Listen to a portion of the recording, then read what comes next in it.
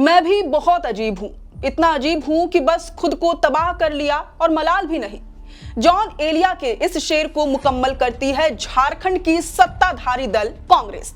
तबाही का आलम यह है कि जिस कांग्रेस पार्टी को प्रदेश की जनता ने जनादेश दिया, जेएमएम के साथ साथ उसे भी अपनी स्वीकार्यता दी, सत्ता में दोबारा सहयोगी बनने का मौका दिया, वही कांग्रेस पार्टी सत्ता में रहते हुए लगातार अपने कोर वोटरों से दूर होती दिखती है। जमीनी कार्यकर्ताओं को छोड़िए, गाहे बगाहे बगावत के स्वर पार्टी के विधायकों के बीच से ही उठती सुनाई देती है। बात चाहे विधानसभा चुनाव की हो, लोकसभा चुनाव या फिर निचले स्तर पर नगर निकाय चुनाव की, झारखंड में कांग्रेस की स्थिति ऐसी है कि उसकी निर्भरता पूर्णतः झामुमो पर ही टिकी है। जबकि उधर शर्मा जी के बेटे की तरह जेएमएम के प्रदर्शनों में उल्लेखनीय सुधार देखने को मिल रहा है। क्षेत्रीय पार्टी होकर भी जेएमएम की रणनीतियां इतनी सधी हुई हैं कि वह कांग्रेस, बीजेपी जैसी राष्ट्रीय पार्टियों को अपने सामने टिकने का मौका नहीं दे रही। शहरी इलाकों में भाजपा को टक्कर देने का दावा करने वाली कांग्रेस को करारा झटका अब भाजपा से नहीं, झामुमो से मिल रहा है। हालिया निकाय चुनाव में देवघर नगर निगम के मेयर पद के कांग्रेस समर्थित प्रत्याशी रवि केसरी बुरी तरह चुनाव हार गए। देवघर में जेएमएम ने भाजपा तक को पटकनी दी। नतीजतन जेएमएम के समर्थित मेयर पद के प्रत्याशी रवि राउत चुनाव जीतने में कामयाब हो गए। गिरिडीह में तो कांग्रेस समर्थित मेयर पद के प्रत्याशी समीर राज चौधरी को महज 1084 वोट मिले, जबकि जेएमएम की मेयर पद की समर्थित प्रत्याशी प्रमीला मेहरा 14,599 वोटों के अंतर से जीतने में कामयाब रही। देवघर के बाद गिरिडीह जैसे शहरी इलाकों में भी कांग्रेस चारों खाने चित्त हो गई। एक दो सीटों को छोड़ दें तो अधिकांश स्थानों पर कांग्रेस समर्थित उम्मीदवारों को अपेक्षित वोट भी नहीं मिल सके। पार्टी के कई नेता मानते हैं कि यदि झारखंड मुक्ति मोर्चा के साथ गठबंधन बना रहता तो नतीजे कुछ और हो सकते थे। चुनावी जानकार इसलिए कहते हैं कि झारखंड में कांग्रेस का वजूद ही सीएम हेमंत सोरेन और झामुमो की वजह से है। पार्टी के कई वरिष्ठ नेता नाम न लेने की शर्त पर कहते हैं कि आज यदि निकाय चुनाव में पार्टी के हार के कारणों पर ईमानदारी से पड़ताल हुई तो संगठन की कलई खुल जाएगी। ऐसे में सवाल यह है कि पार्टी संगठन के अंदर वे कौन से लोग हैं जो कांग्रेस की कब्र खोदने में लगे हैं? कौन है जो अपनी ही पार्टी को काल के गाल में धकेलने की कोशिश में लगे हैं?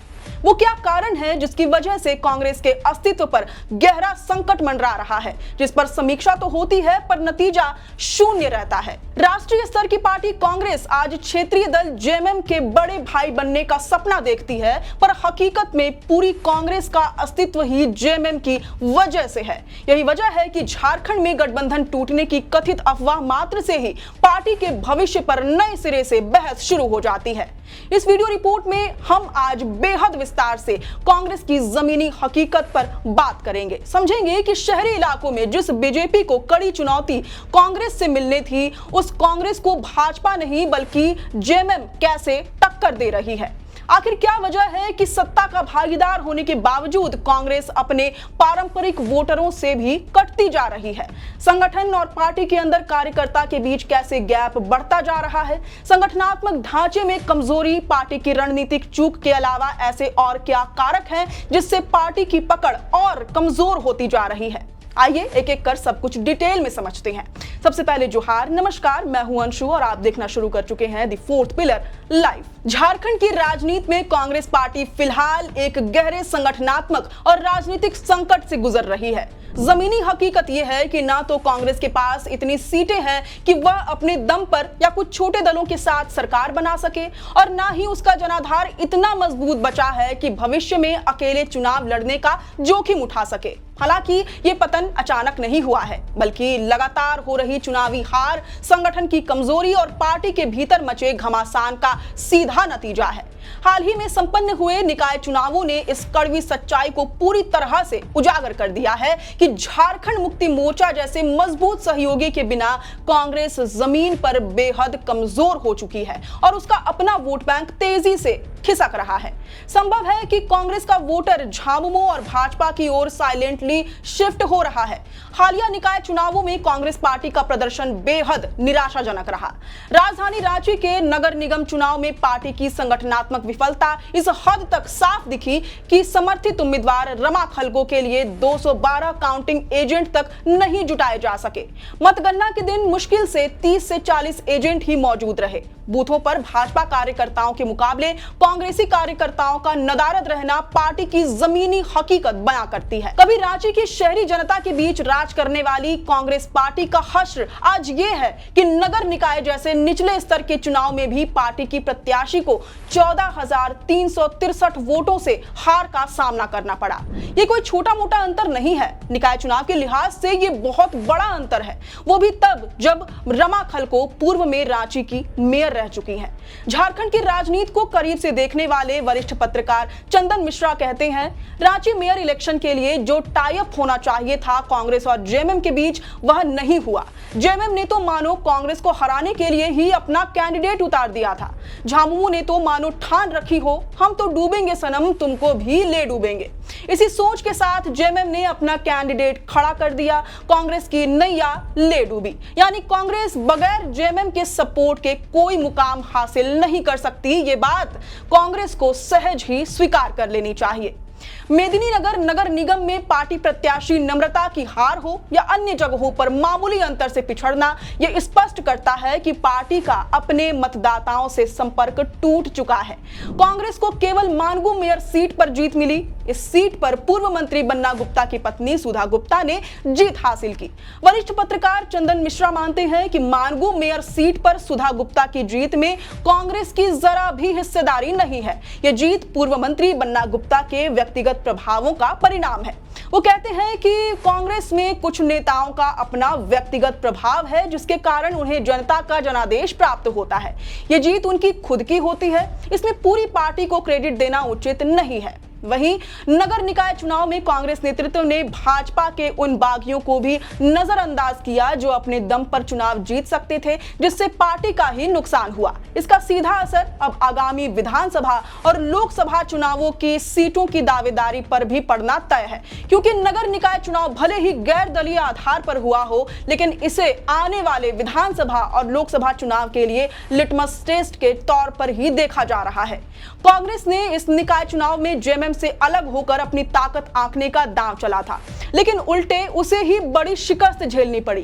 चंदन मिश्रा कहते हैं कि कांग्रेस को झारखंड में झामुमो की पिछलग्गू पार्टी के तौर पर जाना जाता है।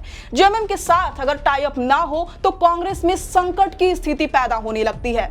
यही हाल इस बार के नगर निकाय चुनाव में भी देखने को मिला, जहां जेएमएम से अलग होकर चुनाव लड़ने का खामियाजा कांग्रेस को उठाना पड़ा।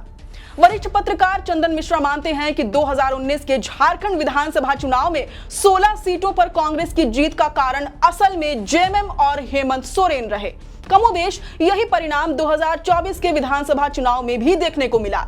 हेमंत सोरेन, कल्पना सोरेन और जेएमएम के प्रभाव में कांग्रेस को फिर से 16 सीटों पर जीत हासिल हुई। लेकिन लंबे वक्त से झारखंड में अपनी पैठ जमाने वाली पार्टी कांग्रेस आज हाशिए पर क्यों जा रही है? इस सवाल पर हमने झारखंड के एक और वरिष्ठ पत्रकार और रांची प्रेस क्लब के अध्यक्ष शंभुनाथ चौधरी से बात की। वरिष्ठ पत्रकार शंभुनाथ चौधरी मानते हैं कि चुनावी रणनीति कांग्रेस की बहुत प्रभावी नहीं है। इसके अलावा वह पार्टी के संगठनात्मक ढांचे को भी दोषी ठहराते हैं। बकौल शंभुनाथ चौधरी, कांग्रेस संगठनात्मक रूप से कमजोर है, इसका सांगठनिक स्ट्रक्चर क्लियर नहीं है। जिलों में कांग्रेस के जिलाध्यक्षों की नियुक्ति हो गई, लेकिन न तो अब तक जिला कमेटी का गठन हुआ और न ही स्टेट कमेटी ही बन पाई। ऐसे में कार्यों का बंटवारा नहीं हो पा रहा। इसका सीधा असर चुनावों में भी नजर आता है। पार्टी स्तर पर कमिटमेंट की कमी झलकती है। स्थिति ऐसी है कि कांग्रेस अपने प्रवक्ताओं के भरोसे चल रही है। इस पर वरिष्ठ पत्रकार चंदन मिश्रा अपनी बात आगे बढ़ाते हुए कहते हैं कि कांग्रेस की कमेटी बनती तो है, पर उसका सही ढंग से विस्तार नहीं हो पाता है। अध्यक्ष 2-2.5 साल में बदल दिए जाते हैं। अध्यक्ष का कोई ऐसा प्रभावशाली काम दिखाई नहीं पड़ता है कि जिससे कांग्रेस का जमीनी स्तर पर जमीन पर हकीकत में विस्तार हो पाए। पत्रकार शंभुनाथ चौधरी ने कांग्रेस के मौजूदा प्रभारी के राजू के विफलताओं पर भी खुलकर बात की। उनके अनुसार कांग्रेस पार्टी के नेता कार्यकर्ता पर्दे के पीछे अक्सर ये कहते हैं कि के राजू कागजी तौर पर तो प्लानिंग करते हैं, लेकिन जमीनी स्तर पर वह नेताओं कार्यकर्ताओं से संवाद स्थापित नहीं कर पाते। लिहाजा उन तक पार्टी के नीचे लेवल के नेताओं के सुझाव या शिकायतें नहीं पहुंच पाती और वह सही डिसीजन नहीं ले पाते। संगठन को मजबूत करने के लिए समय समय पर कार्यक्रमों का आयोजन होना चाहिए था, वह भी नहीं होता।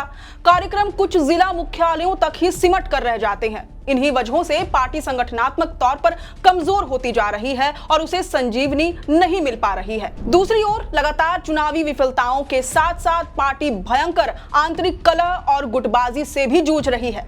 सत्ता में हिस्सेदारी के बावजूद कांग्रेस के विधायक अपने ही कोटे के मंत्रियों की कार्यशैली से बुरी तरह नाराज दिखाई पड़ते हैं। बीते दिनों राजेश कच्छप, भूषण बाड़ा, नमन विकसल कोंगाड़ी और सुरेश बैठा जैसे विधायकों के एक दल ने दिल्ली जाकर राष्ट्रीय अध्यक्ष मल्लिकार्जुन खड़गे से सीधे शिकायत की कि उनके अपने ही मंत्री विधायकों और कार्यकर्ताओं का काम नहीं कर रहे हैं। विधायकों का साफ कहना है कि बोर्ड, निगम और आयोगों में 1 साल बाद भी नियुक्तियां न होने से कार्यकर्ताओं में भारी असंतोष है। इन विधायकों ने स्पष्ट मांग की है कि मंत्रिमंडल में बदलाव होना चाहिए, क्योंकि पार्टी में अन्य योग्य चेहरे भी मौजूद हैं और आला कमान को रोटेशन प्रणाली लागू करनी चाहिए।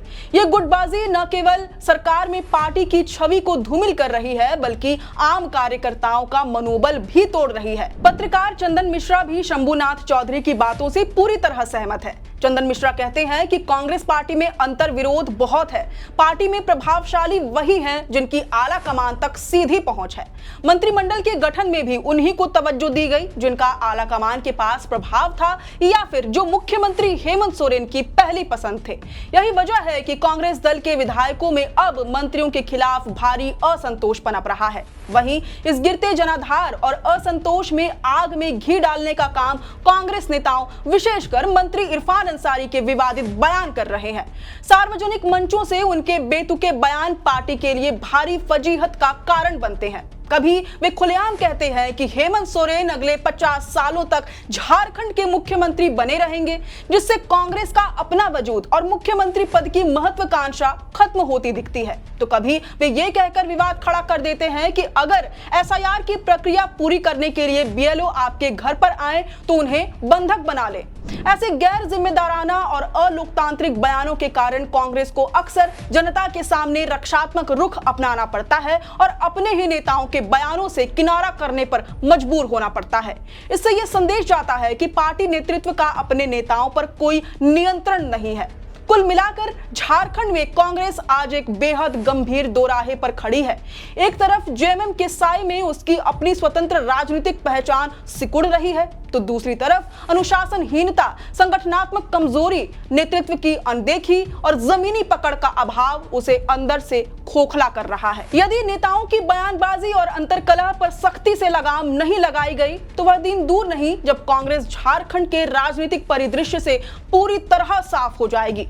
वरिष्ठ पत्रकार शंभुनाथ चौधरी कहते हैं कि अगर कांग्रेस को झारखंड में अपना वजूद बचाए रखना है तो उसे जेएमएम की उंगली पकड़कर ही चलना होगा। फिलहाल यही एकमात्र विकल्प दिख रहा है। बहरहाल अब इस पूरी रिपोर्ट पर आपका क्या नजरिया है, ये हमें कमेंट बॉक्स में जरूर साझा करें। अगर आपको ये रिपोर्ट पसंद आई हो तो इस वीडियो को जरूर से लाइक और शेयर करें। आप देख रहे थे द फोर्थ पिलर, मैं हूं अंशु, कैमरे के पीछे है विकी। शुक्रिया। किसान साथियों, कम लागत में भरपूर उत्पादन के लिए बुआई या रोपाई से पहले इफ्को नैनो डीएपी से बीज और पौध का शोधन जरूर करें। गेहूं, मक्का जैसी फसलों के लिए 1 किलो बीज को 5 ml नैनो डीएपी से उपचारित करें। रोपाई वाली फसलों की पौध को 1 लीटर पानी में 5 ml नैनो डीएपी से जड़ शोधन करें। आलू, गन्ने के लिए 15 लीटर की टंकी में 75 ml नैनो डीएपी मिलाकर बीज शोधन करें। नैनो डीएपी की ताकत से लहलहा उठेंगी फसलें।